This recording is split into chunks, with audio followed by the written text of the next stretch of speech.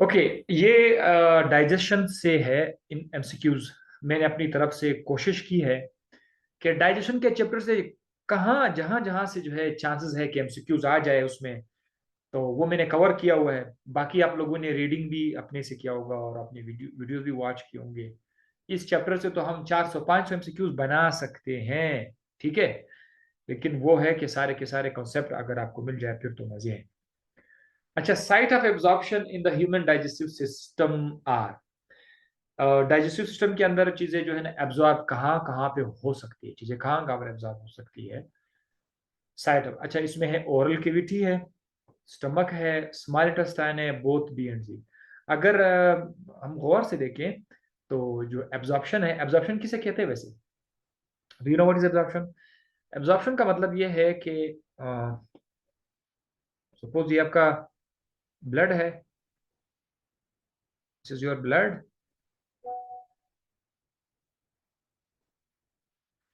और यहां से ये आपका इंटेस्टाइन है, INT, इंटेस्टाइन। खुराक जो आप लेंगे वो तो फाइनली फाइनली फाइनली इंटेस्टाइन में आएगा, ठीक है। इंटेस्टाइन से खुराक, जरूरी नहीं है कि खुराक कुछ भी हो जो आपके इंटेस्टाइन से, आप कभी दवाई भी तो लेते हैं ना, अगर ये चीजें आपके इंटेस्टाइन से जाकर खून में चले जाएं, दिस इज कॉल्ड एब्जॉर्प्शन। तो site of absorption in human digestive system are, इंसान के डाइजेस्टिव सिस्टम में साइट ऑफ एब्जॉर्प्शन कौन सा है? अगर आप इस डायग्राम को देखेंगे तो फैसला करेंगे तो आप सिर्फ स्मॉल इंटेस्टाइन को ही डिसाइड करेंगे, तो यहां पर फिर से आप फंस जाएंगे। ये तो एक अब्जॉर्प्शन को समझाने के लिए डायग्राम था। अब देखो कहीं से भी अगर कुछ ब्लड में आ जाए, आपके खून में, तो फिर उसको भी अब्जॉर्प्शन कहते हैं। मुंह के अंदर, जबान के नीचे भी कुछ चीजें एब्जॉर्ब हो सकती है। आपने देखा होगा एक एक सम टाइम दवाई को जो है मरीज को कहते हैं कि आप उसको निगलने नहीं देता उसको, बल्कि बोलते हैं कि आप उसको जबान के नीचे रखो, ठीक है। तो वो क्यों? कि वो दवाई मुंह के अंदर ही एब्जॉर्ब हो जाता है, ब्लड में चला जाता है। सो एब्जॉर्प्शन के लिए इंटेस्टाइन का होना लाजमी नहीं है। कहीं से भी अगर वो एब्जॉर्ब के होके ब्लड में चला जाए तो एब्जॉर्प्शन हो गया। तो अब ओरल कैविटी में एब्जॉर्प्शन पॉसिबल है, बिल्कुल चीजें एब्जॉर्ब हो जाती है ओरल कैविटी में। स्टमक में भी थोड़ा बहुत एब्जॉर्प्शन हो सकता है, और सबसे ज्यादा जो एब्जॉर्प्शन है वो इंटेस्टाइन के अंदर है।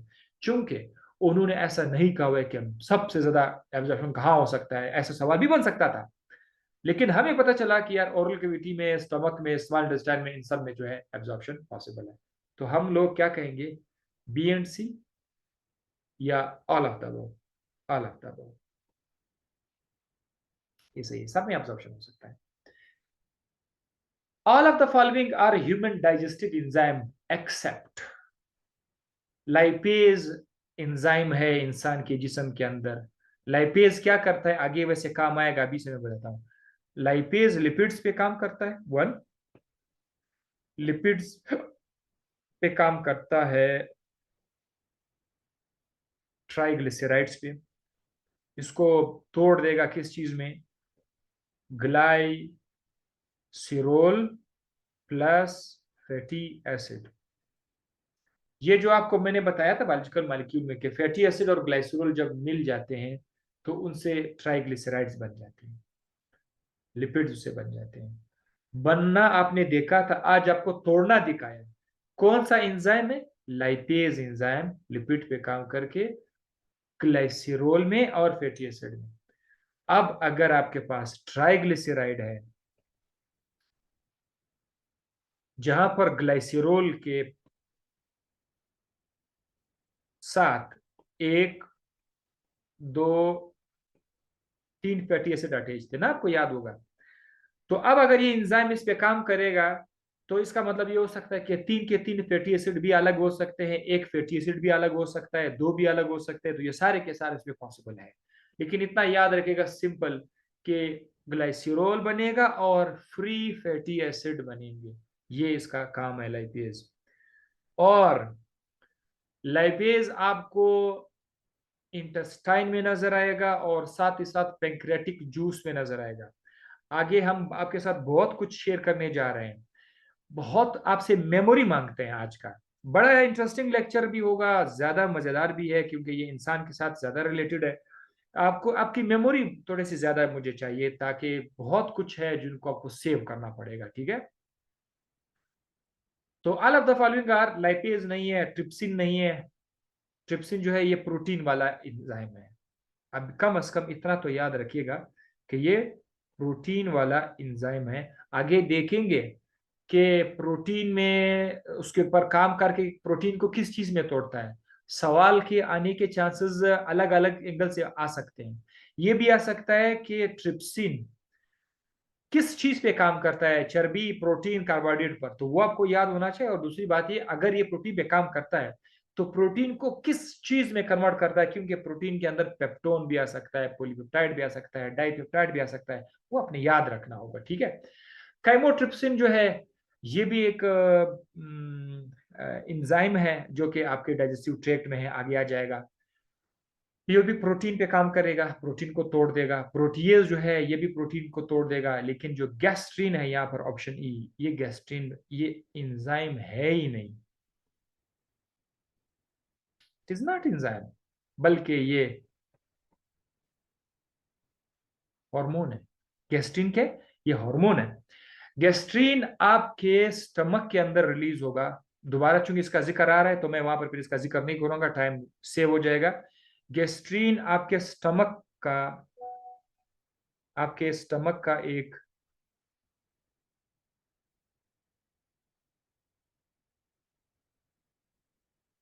हार्मोन है।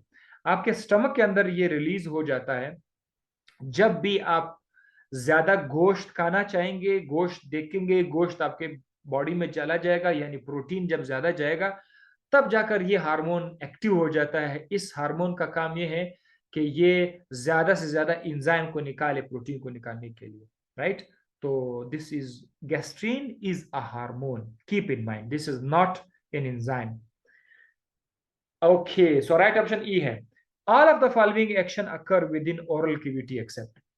ओरल कैविटी के अंदर सब कुछ होता है, लेकिन मां सिवाय एक चीज के, selection of food. Food selection हमने आपको वीडियो में बताया है, ठीक है, एक्सप्लेन किया हुआ है कि फूड को हम सेलेक्ट करते हैं ओरल कैविटी में। फूड को तोड़ा जाता है, grind. Conversion of carbohydrate into monosaccharide, carbohydrate को मोनोसेकेराइड में कन्वर्ट किया जाता है, इसको देखते हैं बाद में, इस पर आते हैं। लुब्रिकेशन ऑफ फूड, बिल्कुल सही है, खुराक मुंह के अंदर गीला हो जाता है, लुब्रिकेट हो जाता है। चीविंग, ठीक है, वो आप लोग उसको खाने, उसको नवाले को मुंह के अंदर रख के आप च्यू भी करते हैं, ठीक है।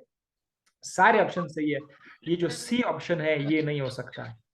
ये भी सही है लेकिन इसमें थोड़ी सी मिस्टेक है। Conversion of carbohydrate into monosaccharide by salivary amylase, या सलाइवरी अमाइलेज तक सही है। कन... अच्छा, साउंड आ रहा है, मैंने इसको ऑफ नहीं किया था। ओके,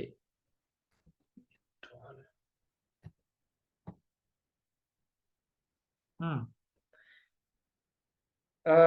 तो सी ऑप्शन सही है। एक जगह पे ये गलत है कि उन्होंने यहाँ पर मोनोसेकेराइड लिखा हुआ है। ये मोनोसेकेराइड, अगर यहाँ पर डाइसेकेराइड लिखा होता ना, तब हम लोग जो है इसको फिर मान लेते। या डाइसेकेराइड लिखा होता या माल्टोज लिखा होता, फिर ये ऑप्शन सी होता।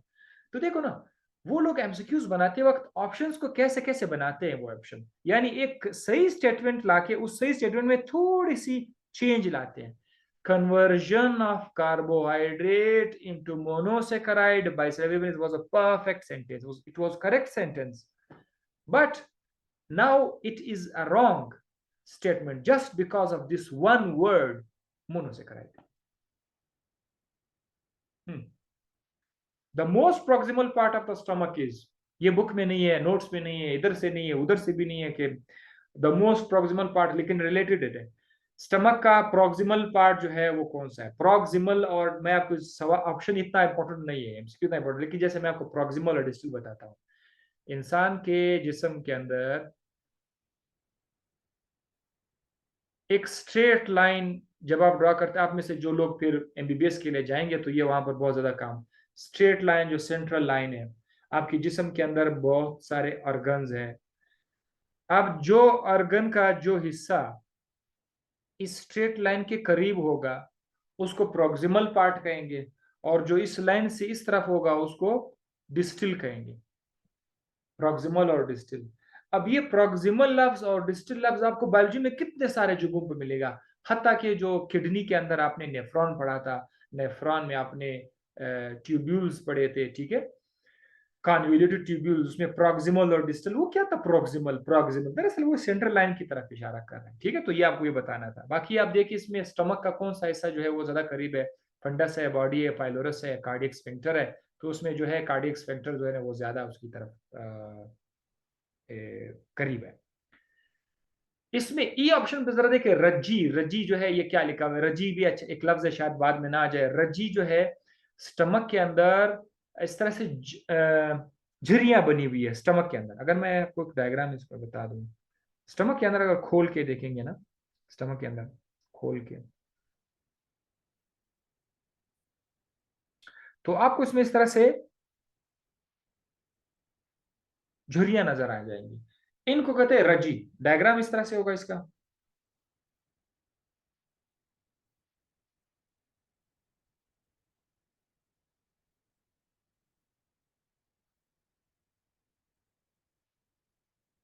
इस डायग्राम में अगर आप देखें ना अंदर की तरफ, आपको स्टमक के बिल्कुल अंदरूनी दीवार पर जो है आपको कुछ नजर आ रहा है, ये असल में रज्जी है, ठीक है, रज्जी, ये वाला, या ये जो रीजन है, दिस वन। इसका मैं कलर चेंज कर लेता हूँ, दिस वन, यहां पर आपको, दैट इज रज्जी, ठीक है। अच्छा जनाब, अब हम आते हैं oral cavity is continuous with, oral cavity जो है वो किस चीज के साथ कॉन्टिन्यूस है। इसमें ओरल कैविटी के अंदर जो है वो नेजल कैविटी भी आ रहा है, लेरिंग्स भी आ रहा है, फेरिंग्स भी आ रहा है, एसोफेगस भी आ रहा है। लेकिन अगर आप देखिए इसमें से डायरेक्ट कंटिन्यूएशन किस चीज के साथ है ओरल कैविटी का, डायरेक्ट वो फेरिंग्स के साथ है। लेकिन अगर आप दूसरी तरफ से देखा जाए तो नेजल कैविटी ओरल कैविटी के अंदर ओपन हो रहा है, लेरिंग्स डायरेक्ट उसके साथ कंटिन्यू नहीं है, पहले फेरिंग्स आएगा, फेरिंग्स के बाद लेरिंग्स आएगा, तो आप उसके साथ उसको कंटिन्यू आप नहीं कह सकते हैं, सिर्फ इतना सा। Site with alkaline medium include, alkaline medium. चले बात करते हैं पीएच के ऊपर। आपको पता है पीएच जो है ना 1 से लेकर 14 तक है। जब आप 1 से 7 तक जाओगे ना, एक 1 से 6 तक आप जाओगे तो ये एसिडिक पीएच है, एसिडिक माहौल है। 7 जो है, 7 ये न्यूट्रल पीएच है, 7 ना एसिड है ना बेस है। 7 के बाद जब आप 14 तक जाएंगे ना तो वो सारा का सारा क्या है, अल्कलाइन। अल्कलाइन का दूसरा नाम क्या है, बेस, एसिडिक बेसिक, ये है। अब ऐसा जगह बताओ इंसान के डाइजेस्टिव सिस्टम में जहां पर अल्कलाइन माहौल है। बहुत इंपॉर्टेंट क्वेश्चन है। अल्कलाइन माहौल ओरल कैविटी के अंदर है, एसोफेगस के अंदर है, स्टमक के अंदर है, स्मॉल इंटेस्टाइन के अंदर है। तो जरा सुनते जाइए। ओरल कैविटी के अंदर स्टार्ट में माहौल अल्कलाइन रहता है। स्टार्ट में जो सलाइवा निकलता है, सलाइवा का पीएच 8 होता है। सलाइवा का पीएच क्या होता है, 8 होता है। और उस 8 के बाद ये कार्बन डाइऑक्साइड गैस रिलीज करके, सलाइवा मुंह के अंदर जो सलाइवा है, कार्बन डाइऑक्साइड रिलीज करके इसका पीएच 6 हो जाता है, तो वापस ये एसिडिक हो जाता है। तो शुरू में वो अल्कलाइन था, शुरू में अल्कलाइन था। एसोफेगस में ऐसा कोई जिक्र है ही नहीं, ठीक है। उसकी तरफ आपका अगर सलाइवा एसिडिक है तो ये एसिडिक ही सलाइवा जाएगा, तो अल्कलाइन तो नहीं हो सकता ना वहां पर भी। स्टमक में बिल्कुल भी कंफर्म है कि वहां पर कोई अल्कलाइनिटी नहीं है। स्टमक में तो भाई तेजाबियत की इंतहा है, एसिड ही एसिड है। स्टमक का पीएच बहुत लू है, लू पीएच, लू पीएच बहुत ज्यादा एसिडिक। तो ये भी नहीं हुआ। अब स्मॉल इंटेस्टाइन ये एक ऐसा ऑप्शन है कि जिसे आप रिजेक्ट नहीं कर सकते। स्मॉल इंटेस्टाइन में हमेशा से जो माहौल है वो हमेशा से क्या रहेगा, अल्कलाइन रहेगा। अब यही वजह है कि हमारे जिस्म के अंदर जो खुराक एक जगह से दूसरी जगह जब चलता जाएगा, तो ओरल कैविटी के अंदर एंजाइम को काम करने के लिए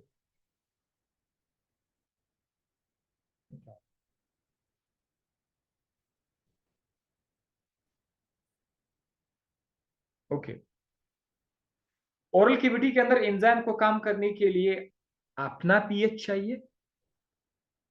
स्टमक के अंदर एंजाइम को काम करने के लिए अपना पीएच चाहिए। स्टमक वाले एंजाइम एसिडिक मीडियम में काम कर सकते हैं, बेसिक में काम नहीं कर सकते। इंटेस्टाइन वाले एंजाइम बेसिक मीडियम में काम कर सकते, एसिडिक में काम। इसीलिए तो कुदरत ने क्या जबरदस्त निजाम बनाया हुआ है, स्टमक में जो खुराक आएगा वो तेजाबी होगा, उस पर एसिड माहौल एसिडिक होगा। लेकिन जैसे जैसे खुराक आपके इंटेस्टाइन में जाएगा, तो इंटेस्टाइन के अंदर माहौल को अल्कलाइन बनाया जाता है, बाकायदा चीजें आती है। सोडियम बाइकार्बोनेट जो नाम का चीज है, म्यूकस है, सोडियम बाइकार्बोनेट है, ये आपके इंटेस्टाइन के अंदर जाकर तेजाबियत को कम कर लेते हैं, अल्कलाइन लाते हैं, ताकि इंटेस्टाइन वाली एंजाइम इस पे काम कर सके। ठीक है, तो ये था।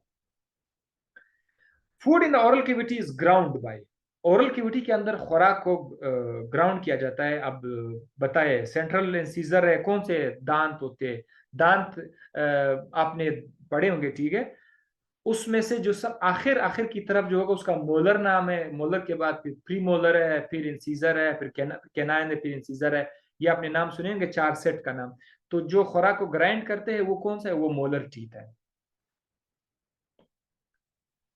During swallowing food is diverted into esophagus instead of trachea, जब खुराक स्वेलो हो रहा था ना मुंह से, ओरल कैविटी से आपके एसोफेगस में जब आ रहा होता है, उस वक्त बताया क्या होगा, कौन सा चीज उसको बचा के रखता है। ये भी ऑलरेडी मैं एक्सप्लेन कर चुका हूं अपने एक वीडियो में, कि आपका जो एक तरफ जो है सांस की नाली है, सांस की नाली है एयर, और दूसरी तरफ जो है खुराक की नाली है, खुराक फूड।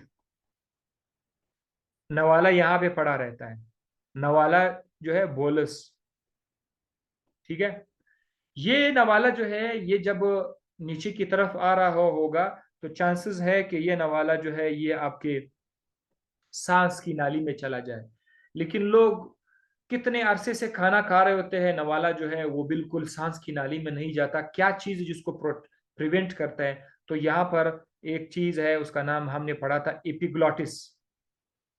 एपिग्लॉटिस जो है वो आरजी तौर पर सांस की नाली के ऊपर आकर नवाले को इधर पोजीशन कर लेता है खुराक की नाली में। जैसे ही नवाला यहाँ पर पहुंच जाता है बोलस, तो उसके बाद फिर से ये जो आपका एपिग्लोटिस है वो हट जाता है, वापस हट सीधा हो जाता है, सीधा होके हट जाता है, ठीक है। तो इसकी पोजीशन इस तरह से और इस तरह से हो जाता है, ठीक है। इस वक्त ये प्रोटेक्ट कर रहा है नवाले के लिए। जब नवाला चला जाएगा तो ये अपने आप को वापस इरेक्ट पोजीशन में लाता है।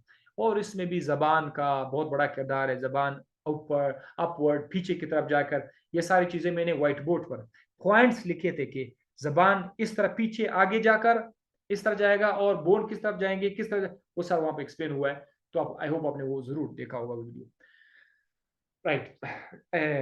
सो यहाँ पर कौन सा ऑप्शन सही है, by means of epiglottis, glottis, tongue, cardiac sphincter, teeth वगैरह। राइट आंसर एपिग्लोटिस है।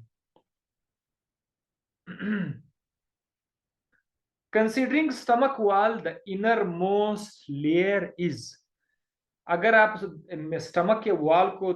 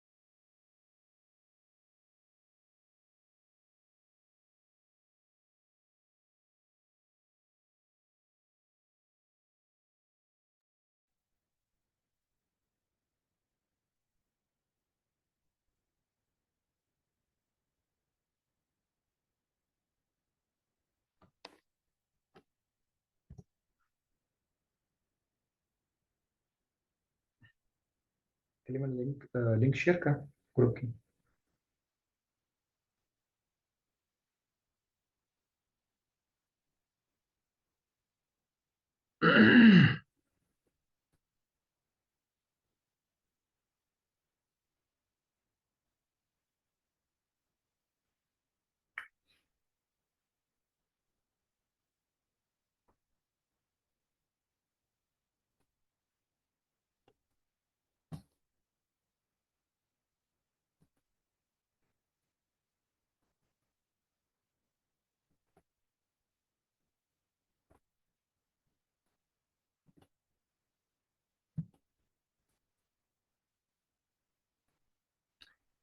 ओके, तो यहां से हमने थोड़ा सा वो डिस्कनेक्ट हुआ था, स्क्रीन डिस्कनेक्ट हुआ था, तो sorry for the inconvenience.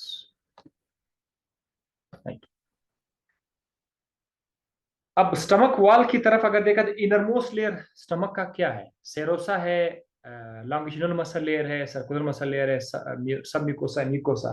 So mucosa जो वो इनरमोस्ट लेयर है। अगर आप स्टमक का देख लेते हैं डायग्राम, तो मैं आपको इसका बताता चलूं कि सबसे इनरमोस्ट लेयर जो है वो कौन सा है। This one. इस डायग्राम में अगर आप देखें ना, गौर से देखें, स्टमक को हम लोगों ने बाहर निकाला हुआ है और स्टमक सा एक छोटा सा हिस्सा बड़ा करके आपको दिखाया जा रहा है। अंदर से बाहर की तरफ अगर आप जाओ ना, यहां से अगर आप देखें, यहां से ये इनसाइड है, स्टमक का इनसाइड है, और यहां से जो है ये आउटसाइड है। ठीक है, तो इनसाइड में अगर आप देखें ना, आपको सबसे पहले वैसे इपिथेलियम नजर आएगा। ये इनसाइड में सबसे पहले आपको यहां पर इपिथेलियम नजर आएगा, इपिथेलियम। ये एपिथेलियम खुद एक पर्दे के अंदर होगा, उस पर्दे का नाम जो है वो म्यूकोजा है। Mucosa, mucosa. सो इस सवाल के मद्देनजर रखते हुए अगर देखा जाए तो सबसे पहले आपको जो मिलेगा वो क्या है? वो म्यूकोजा है। So this is mucosa. Mucosa के बाद अगर आप थोड़ा सा ऊपर आ जाओगे ना, यहां से लेकर ये वाला जो दूसरा लेयर है, दिस इज कॉल्ड सब म्यूकोजा। सब म्यूकोजा। आप अंदर से ऊपर की तरफ आ रहे हैं, बाहर की तरफ आ रहे हैं। सब म्यूकोजा के बाद जो लेयर है, दिस इज मस्कुलर। ये मस्कुलर लेयर है, मस मस्क्यूलर लेयर है। और बिल्कुल टॉप पे जो है वो सेरोसा है, सेरोसा। ठीक है, ये सबसे टॉप लेयर है सेरोसा। तो आपने ये नाम याद रखना है। अगर वो कह रहा है कि बाहर से अंदर की तरफ, तो बाहर से अंदर की तरफ फिर सीक्वेंस ये होगा 1 2 3 4। राइट, तो ये सवाल इस तरह से भी आ सकता है एग्जाम में, आपको ख्याल करना पड़ेगा। ठीक है, बहुत एहतियात करना पड़ेगा। सही है। After having lunch in close by restaurant, Ali, अच्छा, Ali develop abdominal pain, diarrhoea, vomiting. This is most probably a case of, ये डिजीज है, कुछ स्टमक की डिजीज है। तो वो कुछ साइन एंड सिम्टम्स बता रहे हैं कि अगर ये हो जाए, अली ने किसी रेस्टोरेंट में खाना खा लिया, उसको पेट में थोड़ा सा बेचैनी महसूस हुई, दर्द महसूस हुआ, उसको डायरिया आ रहा था, वोमिटिंग हो रही थी, तो क्या हो सकता है? इसमें आपका एनोरेक्सिया नर्वोसा, बुलिमा नर्वोसा, डिस्पेप्सिया जो है, ये इसकी निशानी है। ठीक है, डिस्पेप्सिया जो है, डिस्पेप्सिया में ऐसा होता है। बाकी फूड पॉइजनिंग में भी ये है, लेकिन वो ऐसा नहीं है। फूड फूड पॉइजनिंग में भी इस तरह के साइन सिम्टम्स है, लेकिन वो उन्होंने जो सवाल लिखा हुआ है, सवाल की तरफ से जो है वो फूड पॉइजनिंग की तरफ इशारा नहीं किया जा रहा। More gastric juice would be secrete if one eats. अब कह रहा है कि गैस्ट्रिक जूस सबसे ज्यादा निकल सकता है अगर कोई बंदा खाए। गैस्ट्रिक जूस ज्यादा निकालने के लिए क्या खाना पड़ता है? Potato, chicken, spinach, tomato, rice. किसी में भी प्रोटीन का जिक्र नहीं है। यह सवाल दरअसल ये कहना चाहता है कि गैस्ट्रिन, गैस्ट्रिन हार्मोन है। गैस्ट्रिन हार्मोन तभी रिलीज होगा जब आप ज्यादा प्रोटीन खाओगे। ज्यादा प्रोटीन जब आप खाओगे तो गैस्ट्रिन हार्मोन निकलेगा। गैस्ट्रिन हार्मोन फिर क्या करेगा? गैस्ट्रिन हार्मोन जूस निकालेगा। जूस, कौन सा जूस? स्टमक के अंदर जो इंजाइमेटिक जूस है उसका नाम है गैस्ट्रिक जूस, जिसमें मुख्तलिफ किस्म की इंजाइम है, आगे मैं आपको पॉइंट में बताऊंगा, वो सब इसके अंदर मौजूद है। ठीक है, तो ये असल में इशारा किसकी तरफ हो रहा है? प्रोटीन की तरफ हो रहा है। आपको प्रोटीन खाना पड़ेगा, प्रोटीन खाने से गैस्ट्रीन निकलेगा, गैस्ट्रीन खाने से गैस्ट्रिक जूस बढ़ जाएगा। तो आप यहाँ पर ऑप्शन में आपको प्रोटीन नजर आ रहा है? नहीं नजर आ रहा ना। प्रोटीन कैसे लिखेंगे? प्रोटीन लिखेंगे तो बड़ा सवाल आसान हो जाएगा। चिकन जो है, चिकन के अंदर चूंकि प्रोटीन है, लिहाजा आपने चिकन पे सिलेक्ट करना होगा। ठीक है, statement that is true of bile is, bile के बारे में करेक्ट स्टेटमेंट क्या? It is secreted by the gall bladder, it has prominent enzyme of digestion, it has salt that play a role in constipation, it has. देखिए,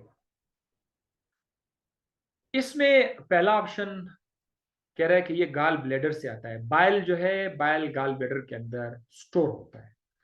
उस लिहाज से उन्होंने जो सीक्रेट लिखा हुआ है, सिक्रीशन का लफ्ज आप लोग इस्तेमाल नहीं कर सकते, लेकिन इससे बेस्ट ऑप्शन, वो भी से लगता है वो ऑप्शन करेक्ट है, लेकिन इससे अच्छा ऑप्शन जो है कि इसके पास साल्ट है, जो कि किस चीज में मदद देते हैं?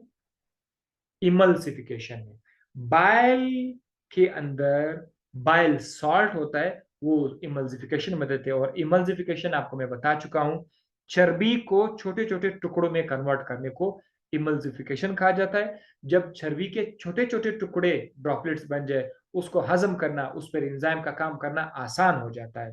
तो this is called emulsification. Pick up the correct statement about liver, liver के बारे में सही स्टेटमेंट क्या होगा कि ये lies on the left in the body, liver जो है लेफ्ट साइड पर है, लेफ्ट साइड पर नहीं है, लिवर राइट साइड पर है। इट स्टोर बाइल, ये बाइल को स्टोर करता है। लिवर के अंदर जो लिवर के नीचे जो बाइल गाल ब्लेडर है, उसके अंदर बाइल स्टोर होता है, तो इसके अंदर बाइल स्टोर नहीं हो रहा, तो इसलिए गलत है।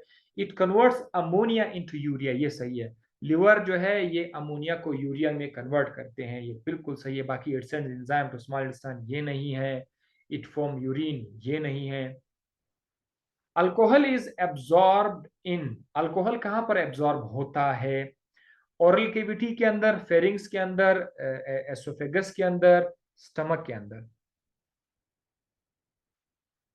तो अल्कोहल जो है ये आपका स्टमक के अंदर एब्जॉर्ब हो जाता है। ठीक है, स्टमक के अंदर 20% एब्जॉर्ब हो जाता है, बाकी जो है 80% जो है वो आपके इंटेस्टाइन में एब्जॉर्ब हो जाते हैं। स्टमक में भी एब्जॉर्प्शन होता है, ठीक है, 20% यहाँ पर। Dipeptides are converted into amino acid, dipeptide जो है अमाइनो एसिड में कन्वर्ट हो जाता है। कौन सी एंजाइम है? Trypsin, chymotrypsin, amino peptide is erepsin. Erepsin जो है इसका राइट आंसर है। इरिप्सिन ये वो एंजाइम है जो अक्सर डाइपेप्टाइड्स को कन्वर्ट कर लेते हैं अमाइनो एसिड्स में। डाइपेप्टाइड का मतलब क्या है? एक अमाइनो एसिड मिला हुआ है दूसरे अमाइनो एसिड के साथ, इस पे जब एंजाइम काम करेगा तो ये दो अमाइनो एसिड एक दूसरे से अलग हो जाएंगे। This is called dipeptide. The layers of stomach from inside to outside are, ये मैं आपको बता चुका हूं कि स्टमक के लेयर्स इनसाइड से आउटसाइड। मुझे आप इसका जवाब व्हाट्सएप पे सेंड कर देंगे। पिछले सवाल का जवाब फौरन ब्रेक के दौरान कुछ स्टूडेंट ने भेज दिया, that's really good, really great. तो आप लोग इसका जवाब मुझे भेज दीजिए, बिकॉज मैं आपको एक्सप्लेन कर चुका हूँ। All of the following are cells of the gastric glands except, ये तमाम के तमाम गैस्ट्रिक ग्लैंड्स के सेल्स हैं मासा एक है। गैस्ट्रिक ग्लैंड्स आपके स्टमक के अंदर, आपके स्टमक के अंदर, ठीक है, आपके स्टमक के अंदर जो पिट्स हैं, जो स्ट्रक्चर मैंने आपको बताया था कि यहाँ पर ग्लैंड्स होते हैं स्टमक के अंदर। अगर मैं इस ग्लैंड को बाहर निकाल दूं तो ये उसका स्ट्रक्चर इस तरह से होगा। इस ग्लैंड के अंदर मुख्तलिफ किस्म के सेल्स होंगे, मुख्तलिफ किस्म के सेल्स होंगे।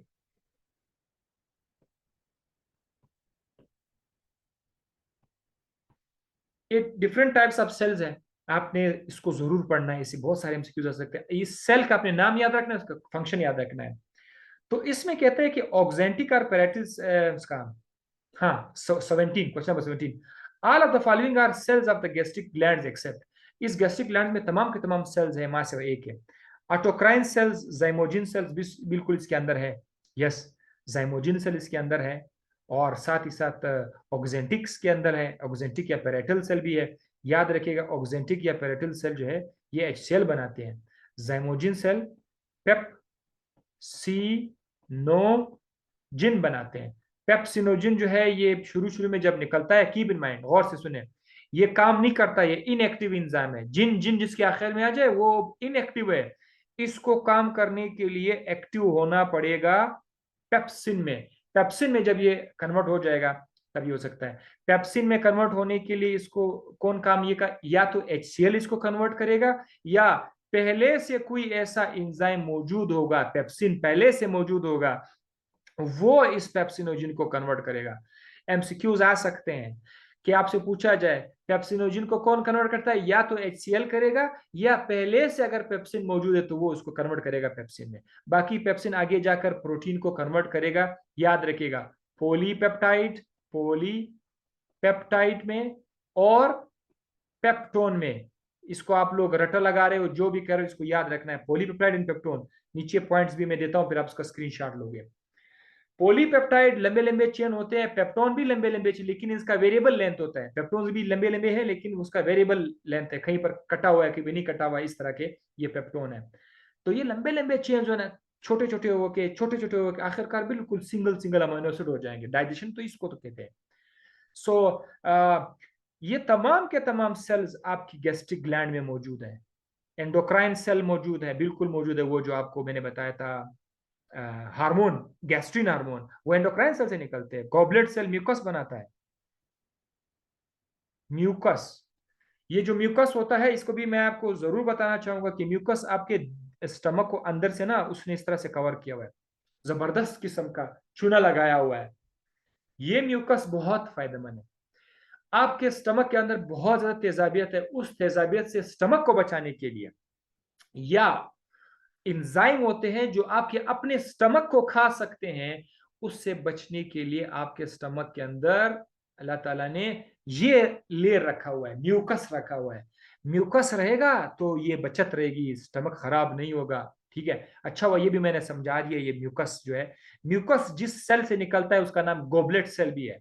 तो गोबलेट सेल यहां पर आपको मैंने बताया था, गोबलेट सेल, या इसका एक और नाम भी है म्यूकस सेल्स, MUCOUS। ये म्यूकस सेल जो सिक्रीट करता है म्यूकस को, स्पेलिंग में थोड़ा फर्क है, MUCUS mucus, mucus cell mucus secrete करते हैं। म्यूकस सेल का दूसरा नाम गॉबलेट सेल है। अच्छा जनाब, ऑक्जेंटिक या पेराइटल सेल्स क्या चीज बाहर निकालते हैं? ऑक्जेंटिक या पेराइटल सेल्स मैं आपको ऑलरेडी बता चुका हूं, ये HCl को बाहर निकालते हैं। The part of the intestine which is C-shaped and 20 to 30 centimetre long, ये आप लोगों को पता होना चाहिए कि वो कौन सा हिस्सा है जो कि 20 से 30 सेंटीमीटर है और उसमें C शेप है। तो वो स्टमक के बाद पहला हिस्सा कौन सा है? डिडोनम, ड्यूडोनम। ये जो है this is the correct option, duodenum C shape है। अच्छा, 20 से 30 सेंटीमीटर से मैं आपको ये बताना चाहूंगा कि इंटेस्टाइन के जितने पार्ट्स है ना, डिडोनम, जिजुनम, इलम, उसकी लंबाई आप याद रखा करो। टोटल इंटेस्टाइन की लंबाई कितनी है, लार्ज इंटेस्टाइन की लंबाई कितनी, वो आप लोग याद रखा करें। ठीक है, इससे सवाल आ सकता है। Tiny projection in the small intestine for the absorption of nutrient is called. In small intestine के अंदर छोटे छोटे फिंगर लाइक प्रोजेक्शन है, मैं आपको पिक्चर दिखा दूं, उसको क्या बोलते हैं? उसको पाइली बोलते हैं, pili, alveoli, alveoli, pili, villus, B. Alveoli आपके लंग्स के अंदर होते हैं, लंग्स के अंदर है। पाइली जो है वो बैक्टीरिया के सेल के आसपास है। Villus villi is the right answer. Velvety appearance दे रहा होता है, इसकी पिक्चर्स में आपको जल्दी जल्दी बता दूंगा, पहले पॉइंट्स आ जाए। Keeping in mind the role of oral cavity in the digestion, which statement is wrong?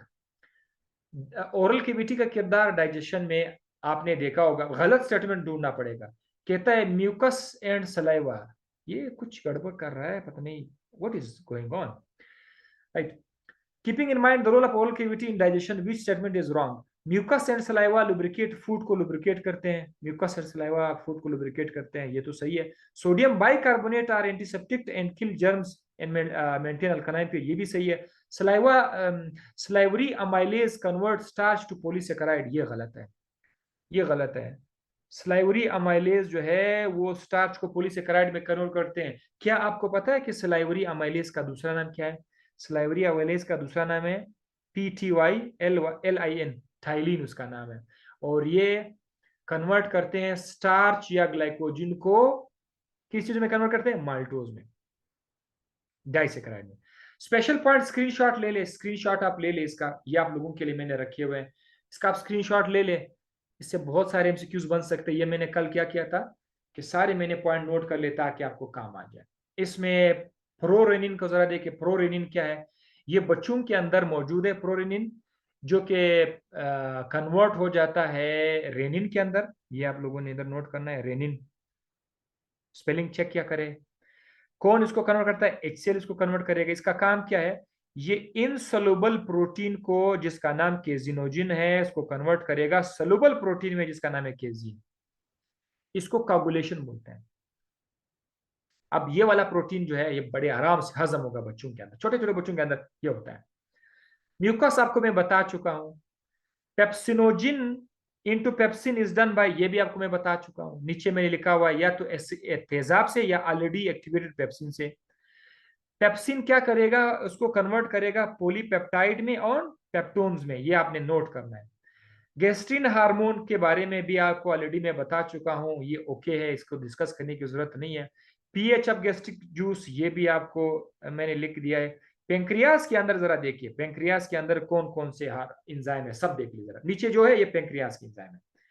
अच्छा, पेंक्रियास के अंदर पहला जो एंजाइम है ये ट्रिप्सिनोजिन है, जो कि नाकारा है, काम नहीं करता। इसको एक्टिव फॉर्म में कन्वर्ट करने के लिए कौन आएगा, एंटीरोकाइनेज आएगा। Keep in mind, memory sharp, enterokinase आपके ट्रिप्सिनोजिन को कन्वर्ट करेगा ट्रिप्सिन में, और ये जब ट्रिप्सिन में कन्वर्ट हो जाएगा तब ये क्या करेगा, ये प्रोटीन को कन्वर्ट करेगा पेप्टोन्स में, पॉलीपेप्टाइड में। उसी तरह जैसे पेप्सिन कर रहा था ये भी वही कर रहा है। लेकिन आपको ये भी बताना होगा कि एंटीरोकाइनेज कहां से निकलेगा, ये ड्यूडेनम की दीवार से निकलेगा।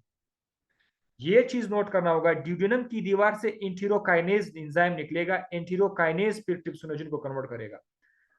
शार्प माइंड रखोगे सवाल मिस नहीं होगा, अदरवाइज काम से जाओगे। ये जो सवाल लेकर Na2CO3 ये गलत है, मुझसे मिस्टेक हुआ था, ये NaHCO3 है, सोडियम बाइकार्बोनेट है, ये आपके स्टमक के तेजाबियत को कम करने के लिए पेंक्रियाज से पेंक्रियाज